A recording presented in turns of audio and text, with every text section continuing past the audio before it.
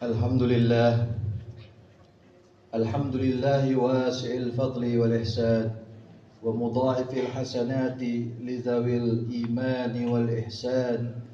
Ashhadu an la ilaha illallah wahdahu la syarika lah, daimul mulki wa sultan. Wa ashhadu anna sayyidana wa nabiyyana wa nura qulubina wa qurrata a'yunna Muhammadan abduhu wa rasuluhu wa habibuhu wa khaliluhu wa khairatuhu nabiyul karim min anwa'il insan nabiyyu alladhi rafa'a Allah ta'ala bihaqqa qadrihi, rafa'a Allah subhanahu wa ta'ala bisyafa'atihi nabiyyunal karim Muhammad ibn Abdullah. Allahumma fassalli wa sallim wa barik wa karim wa azim ala sayyidina al-Mustafa Muhammad ibn Abdullah salawatullahi wa salamuhu alaihi wa ala alihi al-adhari wa ashabil muhtadin ahli sidqi wal ihsan. Amma ba'd. Faya ayuhal insan, faya ayuhan nas, usikum wa nafsi bitaqwallahi azza wa jalla wa la'allakum tuflihun. Faqad qala Allah ta'ala fi muhkami kitabihil karim. A'udzu billahi as-sami'il 'alim minasy syaithanir rajim. Bismillahirrahmanirrahim. Ya ayyuhalladzina amanu taqullaha wal tanzur nafsum ma qaddamat lighad. Fattaqullaha innallaha khabirum bima ta'malun. Shadaqallahul 'azim wa sadaqa rasulul karim wa nahnu 'ala dzalika minasy syahidin wa zakirin bi rahmatika ya arhamar rahimin. Ma'asyiral hadirin rahimana wa rahimakumullah. Alhamdulillah, kita bersama-sama diberikan hidayah dan ketakwaan kepada Allah Subhanahu wa ta'ala, dan anjuran oleh para nabinya untuk melaksanakan perintahnya dan meninggalkan larangannya. Dan senantiasa kita mengistiqomahkan apa yang telah kita lakukan dan meninggalkan apa yang diharamkan oleh Allah Subhanahu wa ta'ala. Dan kita semua umat Islam alhamdulillah melaksanakan salat dan ibadah pada arah yang sama, yaitu kiblatul Ka'batun Syarifah.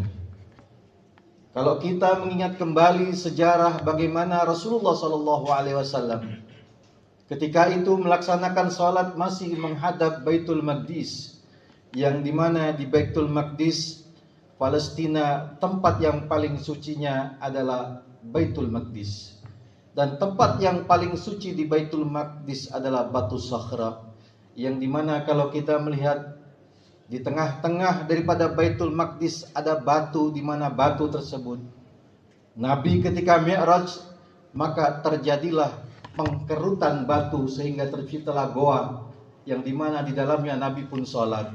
Itulah yang dikenal dengan Batu Sakhra. Bukan batu yang mengambang, tetapi batu tersebut dia mengkerut sehingga menciptakan lubang gua di dalam batu tersebut. Dan dulu adalah merupakan titik sembah, titik sholatnya para nabi-nabi sebelumnya sebagai kiblatnya. Dan itu masih dilaksanakan oleh orang-orang Yahudi ketika mereka menghadap dinding ratapan menghadap ke Baitul Maqdis. Rasulullah SAW walaupun ketika masih di Mekah beliau sholat menghadap Baitul Maqdis, tetapi Rasulullah berada di posisi di sebelah selatannya Ka'bah. Maka ketika Rasulullah menghadap Ka'bah, maka Rasulullah menggabungkan dua kiblat.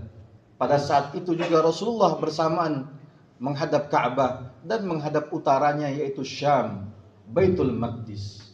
Dan ini pun dilakukan oleh baginda Nabi SAW, menghadap kiblat Baitul Maqdis selama 14 bulan, ada yang meriwayatkan 17 bulan ketika Nabi telah ziarah, telah hijrah ke kota Madinah untuk menarik agar orang-orang Yahudi masuk ke dalam Islam.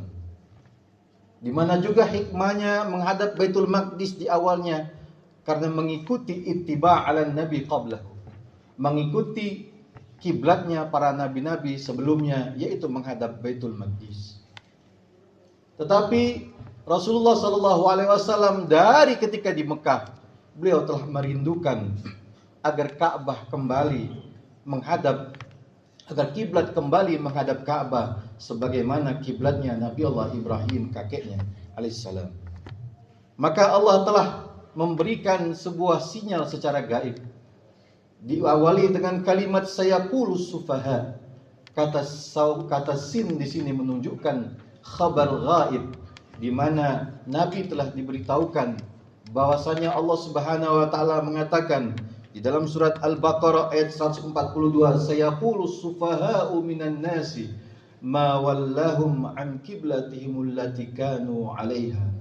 Mereka orang-orang bodoh. Allah mengawali dengan kalimat sayaqulu sufaha. Orang-orang yang tidak punya akalnya. Kalau istilah kita sekarang adalah orang-orang dungu. Mereka berkata, sayaqulu sufaha'u minan nasi ma wallahum an qiblatihim allati kanu 'alaiha. Mereka orang-orang dungu, orang-orang bodoh dari kalangan Yahudi dan musyrikin dan orang-orang munafik. Mereka mengatakan apa yang membuat mawallahum Rasulullah SAW dan kaum muslimin memindahkan kiblat mereka. Mawallahum an qiblatihim allati kanu 'alaiha, sebagaimana sebelumnya. Lalu Allah Subhanahu wa taala menjawab, walillahil masyriqu wal maghribu yahdi man yasha'u ila siratim mustaqim. Sesungguhnya Allah adalah pemilik arah manapun, baik barat maupun timur. Kalau Allah yang memiliki arah, sang pemilik arah telah menentukan kemanapun arahnya, maka itu sudah ditentukan di dalam kehendaknya Allah Subhanahu wa taala. Yahdi man yasha'u ila siratim mustaqim. Dan Allah memberikan hidayah kepada siapapun yang dikehendakinya kepada jalan yang lurus. Jalan yang lurus senantiasa tidak berbelok-belok. Jalan yang lurus di dalam hal ini adalah ad-dinul Islam, yaitu agama Islam. Lalu kemudian Allah Subhanahu wa taala mengatakan, wa kadzalika ja'alnakum ummatan wasatan. Dan begitu pula dalam kepastiannya kami telah menjadikan umatmu ya Muhammad sebagai ummatan wasatan, umat yang berada di tengah-tengah. Legitimasi ini ditetapkan oleh Allah Subhanahu wa taala sebagai umatnya Rasulullah, yaitu kita sebagai umatnya Nabi adalah ummatan wasatan, sebagaikan sebuah lingkaran kita berada di titik di tengah-tengahnya. Maka para ulama ahli tafsir mengatakan, jikalau kita melihat umatnya nabi-nabi sebelumnya yaitu Bani Israel, dalam hal ini kita khususkan yaitu Yahudi, mereka tidak dikatakan sebagai ummatan wasatan karena mereka kehidupannya, peradabannya, culture-nya, dan habit serta kebiasaan mereka adalah kaum yang sangat materialisme. Maka produk-produk mereka yang kita lihat sekarang ini adalah kapitalisme, liberalisme, dan lain sebagainya, yang sebagaimana kita amati dan kita lihat ini adalah karakter daripada budaya orang-orang Yahudi. Lalu kemudian dalam hal ini tafrid wal ifrat, di mana ada suatu kaum yang terlalu melebih-lebihkan di dalam ruhanianya, spiritualnya. Mereka adalah orang-orang Nasrani. Sebagaimana yang kita lihat pada saat ini, seorang pendeta, mereka dikatakan suci sehingga mereka tidak menikah. Nah, maka umat Islam memposisikan dirinya berada di tengah-tengah. Maka Nabi mengatakan, if'al li dunyaka ka'annaka ta'isha abadan waf'al li akhiratika ka'annaka tamutu radan. Kejarlah duniamu seakan-akan engkau hidup selamanya, dan kejarlah akhiratmu seakan-akan kamu mati pada esok hari. Nabi selalu memposisikan kita pada hal yang di tengah-tengah. Maka kita selalu meminta nikmat rezeki zahir dan batin, rezeki materialisme dan rezeki ruhaniyah. Kita berada di tengah-tengahnya, tidak terlalu berlebihan di dalam mencari dunia dan juga tidak terlalu berlebihan mencari akhirat sehingga meninggalkan dunianya, melupakan tanggung jawabnya untuk menafkahi anak istrinya dan orang-orang di sekitarnya. Wa kadzalika ja'alnakum ummatan wasatan litakunu syuhada 'alan nasi. Dan alasan berikutnya agar engkau menjadi saksi di akhirat nanti. Saksi bahwasannya risalah telah datang kepada kaum-kaum sebelumnya. Litakunu syuhada 'alan nasi wa yakuna rasulu 'alaikum syahida. Dan rasul-rasul tersebut yang hidup di zaman Nabi sebelumnya akan menjadi saksi bahwa mereka telah menyampaikan risalah mereka kepada kaumnya. Wa ma ja'alna al-qiblata allati kunta 'alaiha illa lina'lama man yattabi'ur rasul. Tidaklah kami merubah kiblat yang tadinya di Baitul Maqdis, berubah kiblat tersebut menuju kepada Ka'bah Syarifah, yaitu Ka'bah yang disembah, di mana Ka'bah menjadi pusat tujuan umat Islam di seluruh dunia. Dan kiblat ini sangatlah penting di era tersebut, agar supaya orang-orang muslim yang baru masuk Islam, mereka tidak kembali kepada kepercayaan lamanya, yaitu menyembah berhala. Mereka harus dipastikan di mana arah mereka menyembah, sehingga mereka tidak kembali kepada berhalanya. Dan perubahan kiblat ini Allah Subhanahu wa taala ingin menguji, illa lina'lamu may yattabi'ur rasul, supaya diketahui mana di antara mereka yang sungguh-sungguh mengikuti. Illa lina'lama, kata-kata li ini adalah menunjukkan sebuah keteguhan, keistiqomahan, keyakinan siapa yang berpihak kepada Nabi, siapa yang tunduk kepada Nabi, siapa yang patuh kepada perintah Rasulullah SAW, mimma yanqalibu ala akibaihi. Tapi juga ada di antara mereka, Allah menggunakan kalimat balaghah al-isti'aratu tamsiliyah, menggunakan kalimat mimma yanqalibu ala akibaihi. Kalau kita terjemahkan, diistilahkan oleh sekarang adalah mundur teratur. Mereka mundur menggunakan tumitnya, tetapi ini adalah sebuah perumpamaan. Mimma yanqalibu ala akibaihi, mereka sebagian keluar dari Islam, mereka murtad meninggalkan agama Rasulullah SAW. Maka Allah mengatakan, wa in kanat lakabiratan illa 'alal ladzina hadallah. Sesungguhnya perkara ini adalah perkara yang sulit. Sebagaimana Allah mengatakan, wa innaha lakabiratan illa 'alal khashiin. Di dalam salat begitu sulitnya khusyuk di dalam salat. Tetapi dalam hal ini, bagaimana pada saat itu begitu banyak orang-orang yang mencemooh Rasulullah SAW. Sebagian daripada mereka mengatakan bahwa Nabi telah pimplan, telah merubah, mengotak-atik yang tadinya di Baitul Maqdis kembali kepada Ka'bah. Maka pada saat itu terpecahlah 3 golongan. Golongan yang pertama adalah golongan kaum-kaum Yahudi. Mereka tidak menyukai perubahan kiblat tersebut, karena umat Islam meninggalkan kiblat sebagaimana kiblat yang mereka lakukan, yaitu orang-orang Yahudi. Rasulullah dengan umatnya meninggalkan kiblat yang lama, kembali kepada kiblat Ka'bah yang merupakan kiblat yang kita sembah pada saat ini. Lalu golongan yang kedua, mereka adalah orang-orang kafir. Mereka mencari kesempatan, ingin menghancurkan Islam. Mereka mengolok-olok apa yang terjadi pada saat itu. Ketika beberapa titik masjid di Madinah terjadi perputaran kiblat dari utara ke selatan, sehingga pada saat itu beberapa sahabat mendatangi tiap titik masjid untuk memberitahukan bahwa kiblat telah berubah. Maka momen itu dilakukan oleh kaum-kaum musyrikin. Mereka ingin menghancurkan Islam dengan tegas bahwa Islam ini adalah agama yang tidak berpendirian. Dan golongan yang ketiga adalah mereka orang-orang munafik. Mereka menggosok-gosokkan, membuat keraguan di antara kaum muslimin. Bahkan di antara mereka ada yang murtadin. Mereka keluar dari agama karena kondisi perubahan ini. Maka jelas Allah mengatakan, wa in kanat lakabiratan illa 'alal ladzina hadallah. Kecuali mereka yang diberikan hidayah oleh Allah Subhanahu wa taala. Innallaha bin-nasi laraufur rahim. Sesungguhnya Allah bin-nasi, kalimat ba menunjukkan bil imanin nasi. Sesungguhnya manusia bersama dengan keimanannya, dan Allah sesungguhnya merupakan sang Khalik, zat yang memberikan keraufan, la raufur rahim, syiddatur rahmah.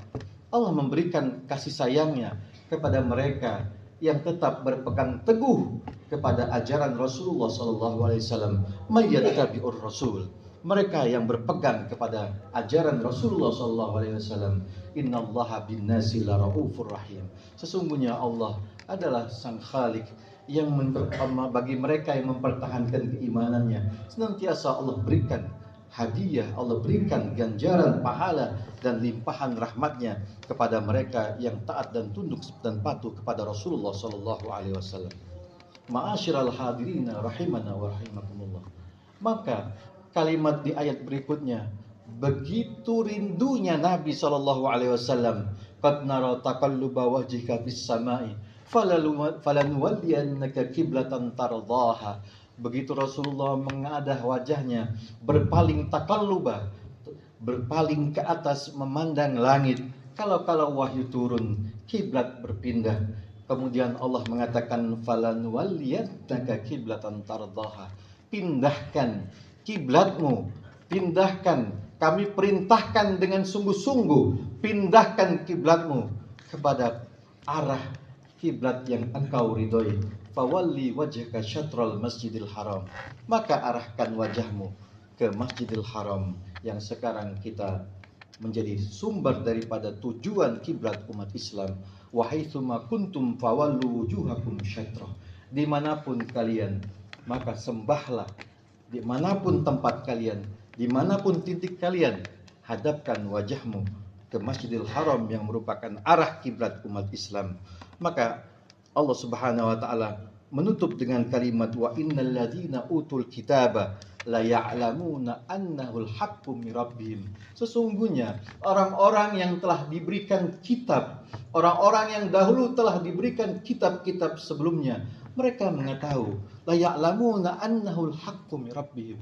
Sesungguhnya akan terjadi di akhir zaman nanti, di nabi akhir zaman akan terjadi perubahan kiblat, dan itu tercatat di kitab-kitab sebelumnya. Dan mereka, orang-orang yang diberikan kitab, orang-orang Yahudi dan orang-orang Nasrani, mengetahui bahwa ini adalah perintah annahu la ya'lamu annahul haqqu mir rabbihim, dan ini adalah kebenaran yang datang dari Tuhannya. Wa innal ladzina utul kitaba la ya'lamuna annahul haqqu mir rabbihim wa mallahu bighafilin amma ya'malun. Sesungguhnya Allah tidak pernah lalai dari apa yang mereka perbuat, yaitu yang dikatakan ya'maluna di dalam sirat bahasa yang lain dan di dalam qiraat yang lain. Allah mengatakan wa mallahu bighafilin amma ta'malun. Kata ya'maluna, kata ulama, menunjukkan kepada orang-orang Yahudi. Sesungguhnya Allah tidak pernah lalai dengan perbuatan tingkah laku fitnah yang mereka lakukan. Sesungguhnya Allah akan membalas apa yang telah mereka lakukan. Ma'asyiral hadirina rahimana wa rahimakumullah. Kalau kita kaitkan dengan kemerdekaan pada saat ini, bagaimana Rasulullah SAW membebaskan, memerdekakan umat Islam dari doktrin-doktrin yang dilakukan oleh orang-orang Yahudi, cemooh-cemooh yang dilakukan oleh orang-orang Yahudi. Mereka mengatakan umat Islam menyembah kiblatnya sama dengan kita. Apa bedanya kita dengan mereka? Apa bedanya kita dengan orang-orang Islam sementara kiblatnya pun sama? Maka Nabi SAW pertama membebaskan umat Islam dari belenggu, dari momok yang selama ini, dari kapitalisme yang selama ini menjajah baik secara ekonomi maupun secara moral yang terjadi di kota Madinah sebelum Nabi SAW hijrah pindah dari kota Mekah ke kota Madinah. Dan kiblat adalah merupakan simbol bagi umat Islam bahwa kita adalah agama umat yang memiliki pendirian, umat yang telah merdeka dari segala hal yang telah membelenggu dirinya dari hal-hal yang membuat mentalitas umat Islam pada saat itu merasa mereka tidak lepas dan tidak terbebas dari doktrin-doktrin Yahudi yang pada saat itu menguasai kota Madinah. Maka ini adalah sebuah kemerdekaan yang sejati, merdeka dari segala hawa nafsu yang membelenggu, merdeka dari intimidasi yang terjadi terhadap umat Islam itu sendiri. Mudah-mudahan kita mampu memerdekakan, membebaskan diri kita dari arah-arah yang tidak jelas, dari kiblat-kiblat yang tidak jelas, yang selama ini arah dan kiblat tersebut telah merusak generasi kita, telah menghancurkan, menggerogoti generasi kita sedikit demi sedikit. Maka pastikan arah anak-anak kita, generasi keturunan kita kepada arah Siratul Mustaqim, arah yang lurus, arah sebagai kiblat kita, yaitu dinul Islam yang menyelamatkan kita dunia dan akhirat. Mudah-mudahan khutbah yang singkat ini memberikan manfaat bagi kita semua. Mudah-mudahan Allah Subhanahu wa taala memberikan hidayah wal inayah kepada kita dan seluruh umat Islam seluruh di dunia ini. Barakallahu li wa lakum fil Qur'anil azim wa nafa'ani wa iyyakum bima fihi minas sadaqati wa tilawatil Qur'ani wa jamil a'malina wa dzikril hakim wa taqabbalallahu minna wa minkum jami'a a'malina innahul karimul alim. Aqulu qawli hadza wa nastaghfirullahal azim li wa liwalidayya wa liwalidikum fastaghfiruhu innahu wal ghafurur rahim.